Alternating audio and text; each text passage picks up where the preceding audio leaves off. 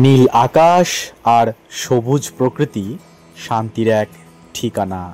আজ 9 জুন 2025 পৌঁছে গেছি বংশীহারি থানার জামার নামে একটি জায়গায়। জামার স্ট্যান্ডের বাদিকেই আমরা এই সুন্দর একখানা শিব ঠাকুরের মন্দির পেয়ে গেলাম।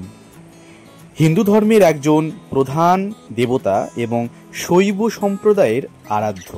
তাকে সৃষ্টিকর্তা, পালনকর্তা এবং ধ্বংসকারী হিসেবেও পুজো করা হয়। শিবকে প্রায়শই যোগী, তপস্বী এবং নটরাজের রূপে চিত্রিত করা হয়। এই বিশাল পাকুড়ের শীতল ছায়ায় বসে আছে গুরুজনেরা। কতদিনে পুরনো এগুলো?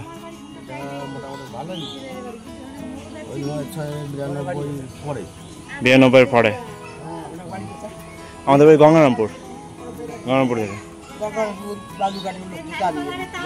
না, এদিকে আসা হয় না, সেই জন্য তো যেতে যেতে যে মন্দিরটা চোখে পড়লো, সেই জন্য ভাবলাম যে নেমে দেখি।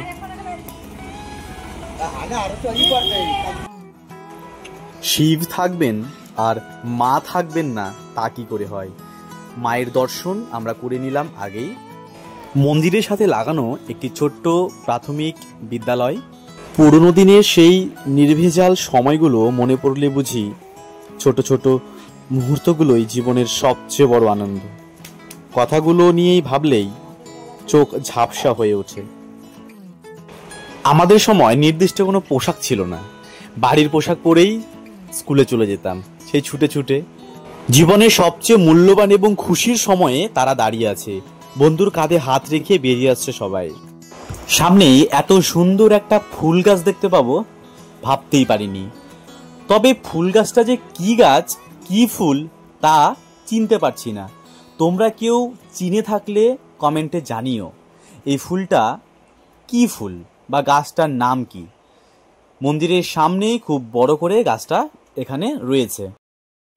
সাথেই আমরা আরও একটা দারুণ জিনিস দেখতে পেলাম, ইন্ডিয়ান পোস্ট অফিস। এটা জামার পোস্ট অফিস, তবে সেটা জামার শিবদুর্গা ক্লাবের যে ঘরটা রয়েছে এখানেই এটা তৈরি করে রয়েছে। আর খুব সুন্দর কিন্তু একটা আমরা লেটার বক্স দেখতে পাচ্ছি। এটা তো এখন দেখাই যায় না, এখানে দেখতে পেয়ে সত্যি খুব আনন্দ লাগলো। কাল তুমি, মহাকাল তুমি, ইহলোক তুমি, পরলোক তুমি, শিব তুমি, সত্যও তুমি। হ্যাঁ, আমরা এখন শিব মন্দিরে। এখানে যে মূর্তিটি রয়েছে সম্ভবত কোষ্ঠী পাথরের হয়তো হবে। পুরো কালো, একদম পাথরের তৈরি। তোমরা দেখতে পাচ্ছ, একটু ভালো করে দেখে নাও। জাস্ট দেখতে অপূর্ব লাগছে। দেখো, এটা বোধ হয় এখানে কোথাও পাওয়া গেছে।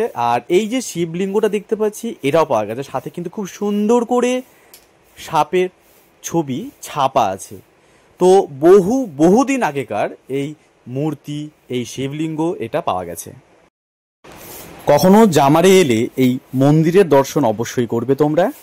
চলো চারপাশটা একটু দেখায়। খুব সুন্দর একটা হাট বসে এখানে, বোঝা যাচ্ছে।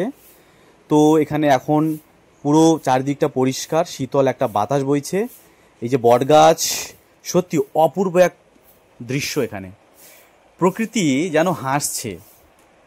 আর এই পাশেই সুন্দর একটা কল, তার এই পাশেই দেখতে পাচ্ছি আমরা ডোবা, যেখানে চারপাশে হাট বসে, বাজার বসে।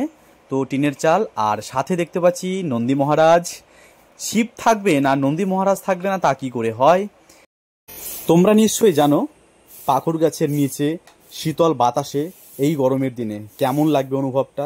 সবুজ ঘেরা রাস্তা মানেই যেন প্রকৃতির আলিঙ্গনে পথ চলা, সবুজের মাঝে পথ হারানো, প্রকৃতির শান্তিতে হার মানা। আজ এখানেই ভিডিওটি শেষ করে আরও একটা নতুন ভিডিওর সন্ধানে এই পথ চলা।